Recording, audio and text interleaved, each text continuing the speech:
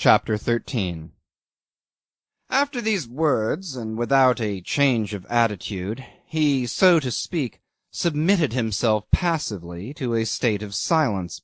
I kept him company, and suddenly, but not abruptly, as if the appointed time had arrived for his moderate and husky voice to come out of his immobility, he pronounced, "Mon Dieu, how the time passes!" Nothing could have been more commonplace than this remark, but its utterance coincided for me with a moment of vision.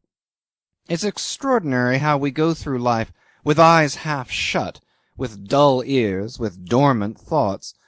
Perhaps it's just as well, and it may be that it is this very dullness that makes life to the incalculable majority so supportable and so welcome.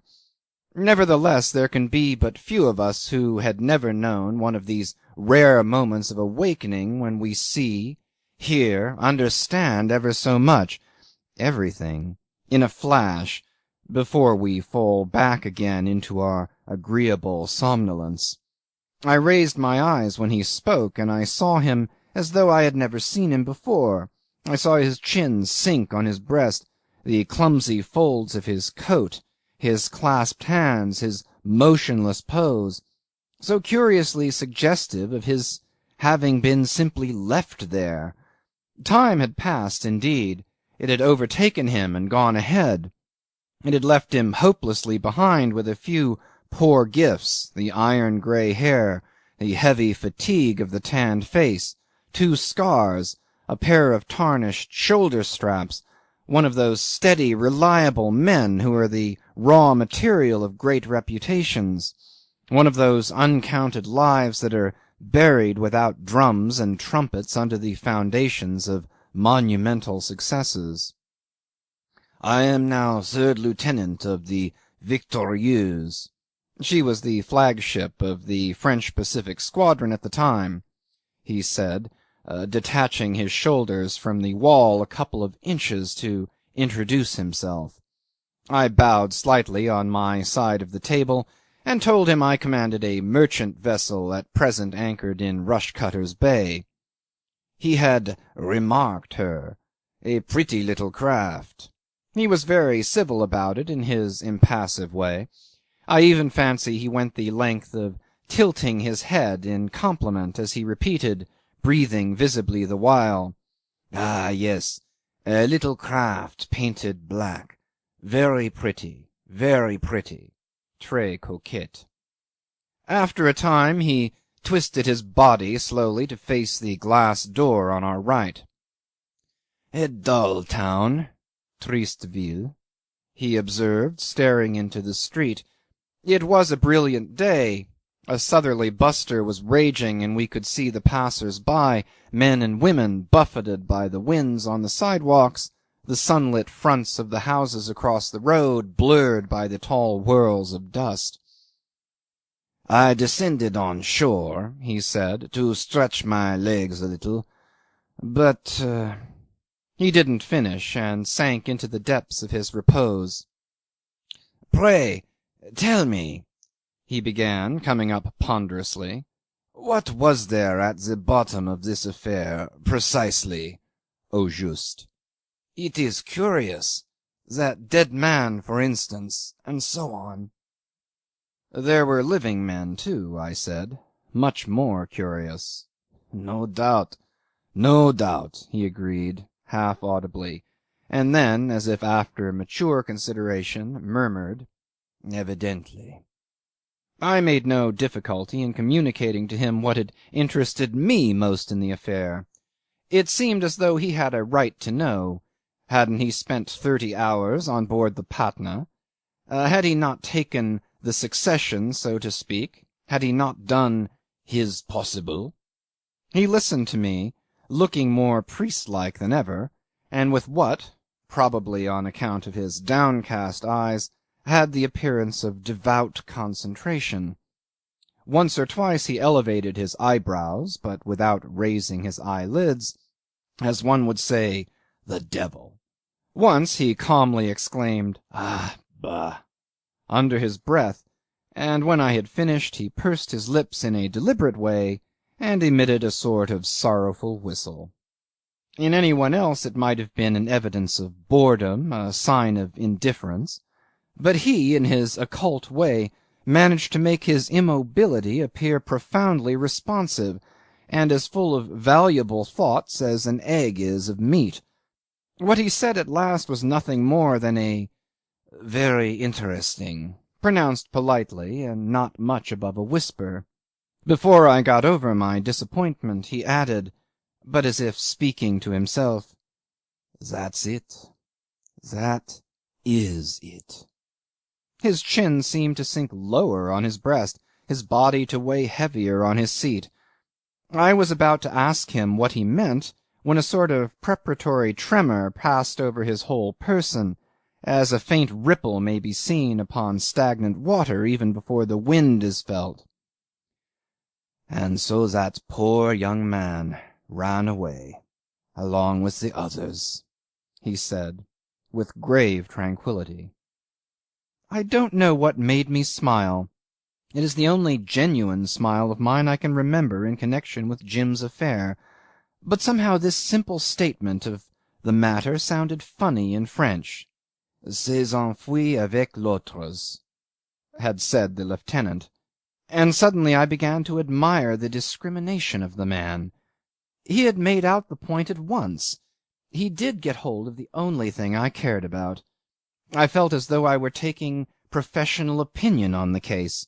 His imperturbable and mature calmness was that of an expert in possession of the facts, and to whom one's perplexities are mere child's play. "Ah, the young, he said indulgently. "And after all, one does not die of it." "Die of what?" I asked swiftly. "Of being afraid." He elucidated his meaning and sipped his drink. I perceived that the three last fingers of his wounded hand were stiff and could not move independently of each other, so that he took up his tumbler with an ungainly clutch. "One is always afraid. One may talk, but—" He put down the glass awkwardly. "The fear, look you, it is always there." He touched his breast near a brass button, on the very spot where Jim had given a thump to his own when protesting that there was nothing the matter with his heart. I suppose I made some sign of dissent, because he insisted, "Oh, yes, yes. One talks. This is all very fine. But at the end of the reckoning one is no cleverer than the next man, and no more brave. Brave! This is always to be seen.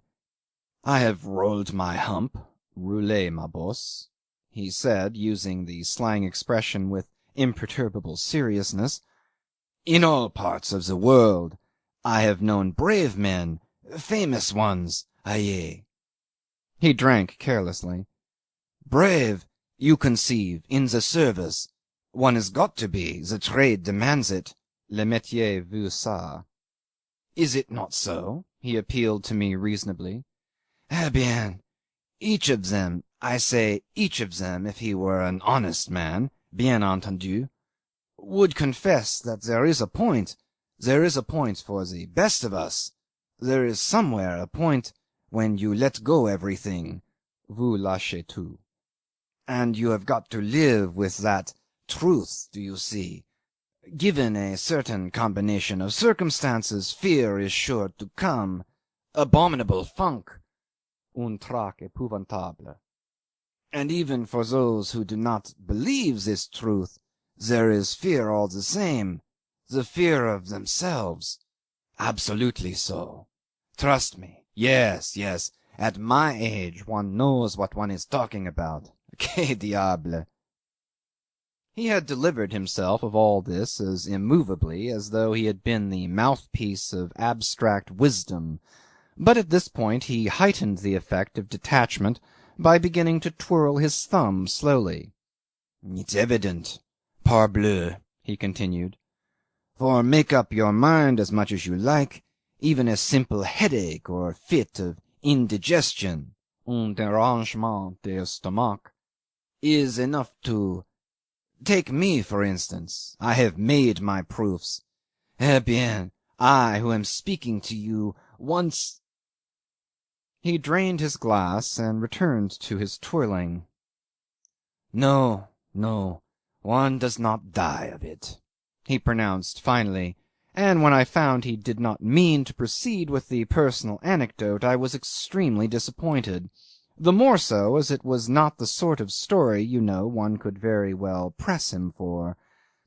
I sat silent, and he too, as if nothing could please him better.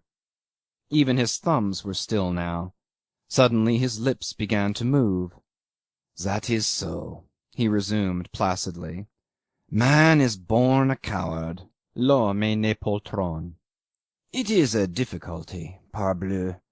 It would be too easy otherwise. But habit, necessity, do you see? The eye of others. Voila! One puts up with it. And then the example of others who are no better than yourself, and yet make good countenance." His voice ceased. That young man, you will observe, had none of these inducements, at least at that moment, I remarked. He raised his eyebrows forgivingly. I don't say. The young man in question might have had the best dispositions, he repeated, wheezing a little.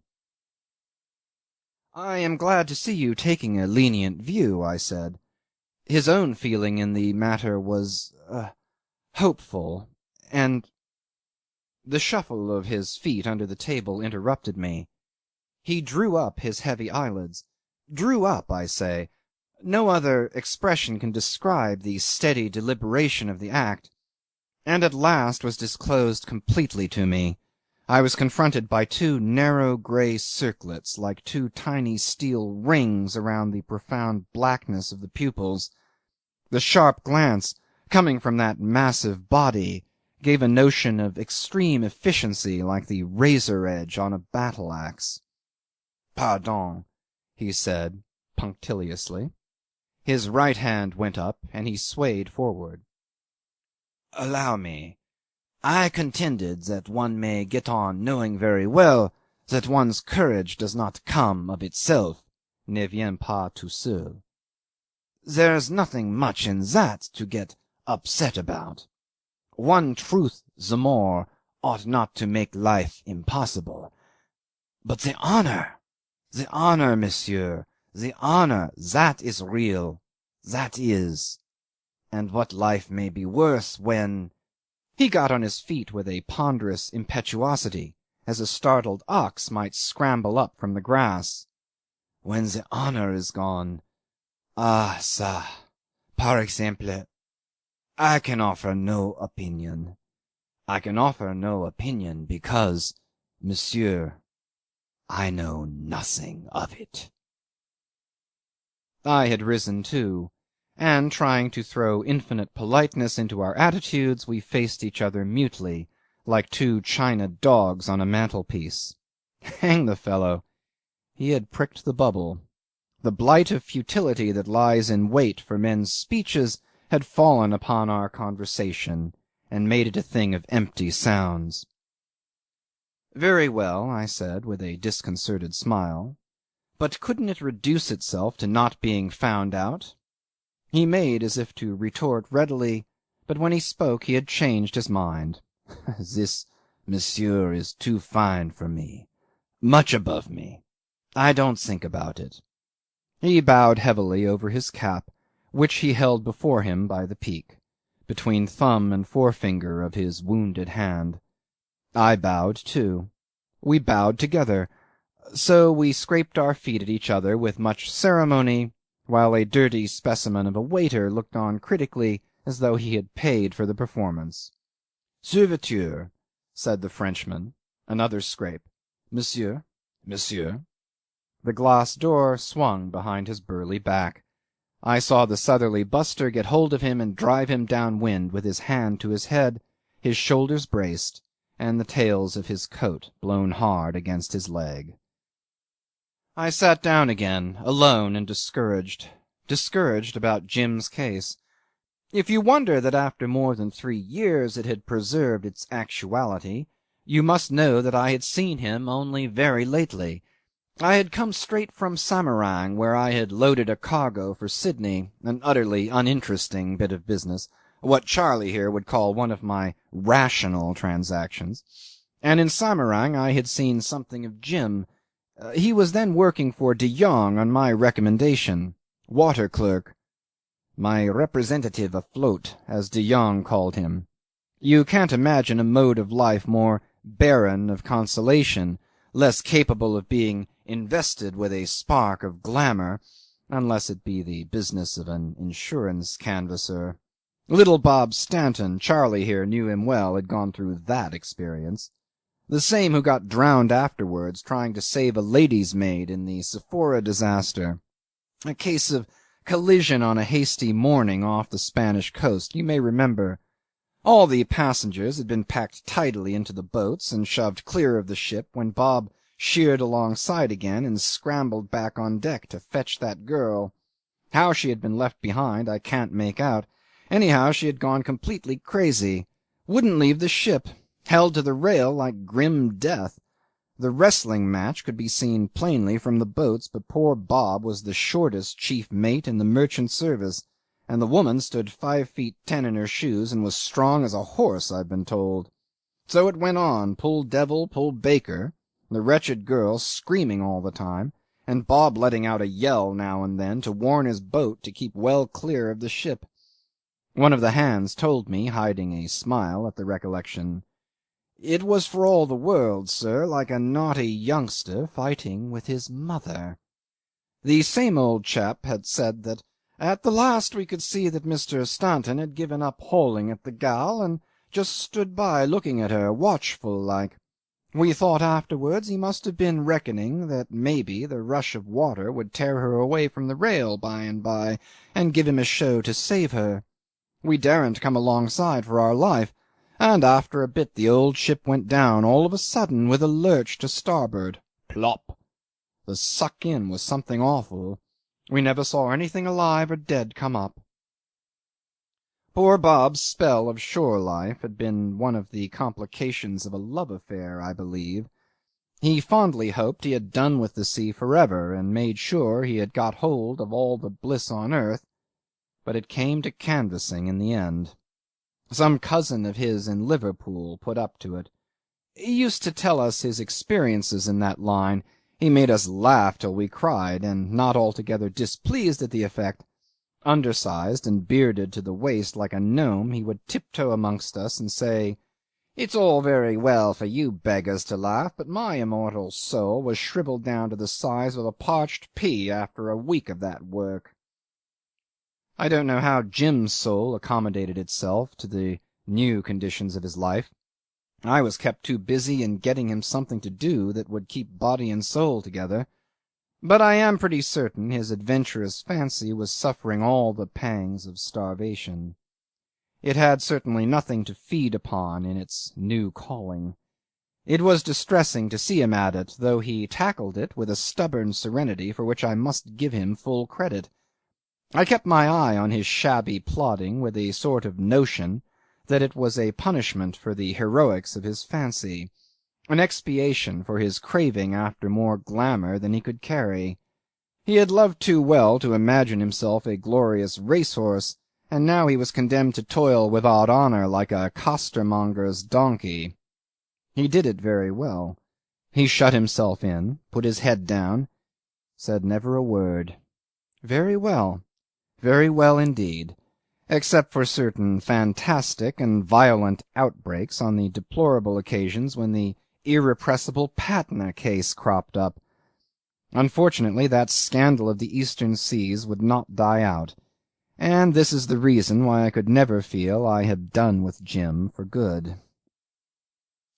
I sat thinking of him after the French lieutenant had left, not, however, in connection with De Jongh's cool and gloomy back-shop, where we had hurriedly shaken hands not very long ago, but as I had seen him years before in the last flickers of the candle, alone with me in the long gallery of the Malabar House, with the chill and the darkness of the night at his back. The respectable sword of his country's law was suspended over his head. Tomorrow, or was it today? Midnight had slipped by long before we parted. The marble-faced police magistrate, after distributing fines and terms of imprisonment in the assault and battery case, would take up the awful weapon and smite his bowed neck. Our communion in the night was uncommonly like a last vigil with a condemned man. He was guilty, too. He was guilty, as I have told myself repeatedly, guilty and done for. Nevertheless, I wished to spare him the mere detail of a formal execution. I don't pretend to explain the reasons of my desire. I don't think I could. But if you haven't got a sort of notion by this time, then I must have been very obscure in my narrative, or you too sleepy to seize upon the sense of my words. I don't defend my morality. There was no morality in the impulse which induced me to lay before him Brierly's plan of evasion, if I may call it, in all its primitive simplicity. There were the rupees, absolutely ready in my pocket and very much at his service. A loan, of course. And if an introduction to a man in Rangoon who could put some work in his way, why, with the greatest pleasure. I had pen, ink, and paper in my room on the first floor. And even while I was speaking I was impatient to begin the letter. Day, month, year, 2:30 a.m. For the sake of our old friendship, I ask you to put some work in the way of Mr. James so-and-so, in whom, etc., etc. I was even ready to write in that strain about him. If he had not enlisted my sympathies, he had done better for himself. He had gone to the very fount and origin of that sentiment. He had reached the secret sensibility of my egoism. I am concealing nothing from you, because were I to do so, my action would appear more unintelligible than any man's action has the right to be, and, in the second place, tomorrow you will forget my sincerity along with the other lessons of the past. In this transaction, to speak grossly and precisely, I was the irreproachable man, but the subtle intentions of my immorality were defeated by the moral simplicity of the criminal. No doubt he was selfish too, but his selfishness had a higher origin, a more lofty aim.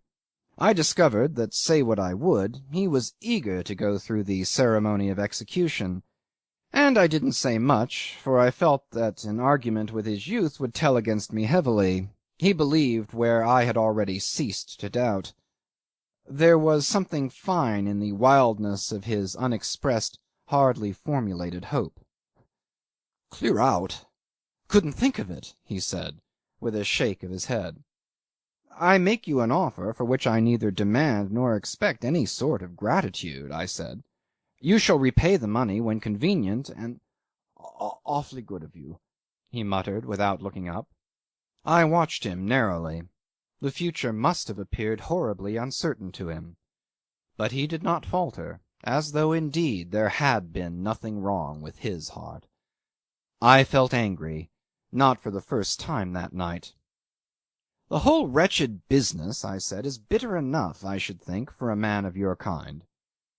"It is, he whispered twice, with his eyes fixed on the floor. It was heartrending. He towered above the light, and I could see the down on his cheek, the colour mantling warm under the smooth skin of his face. Believe me or not, I say it was outrageously heartrending. It provoked me to brutality.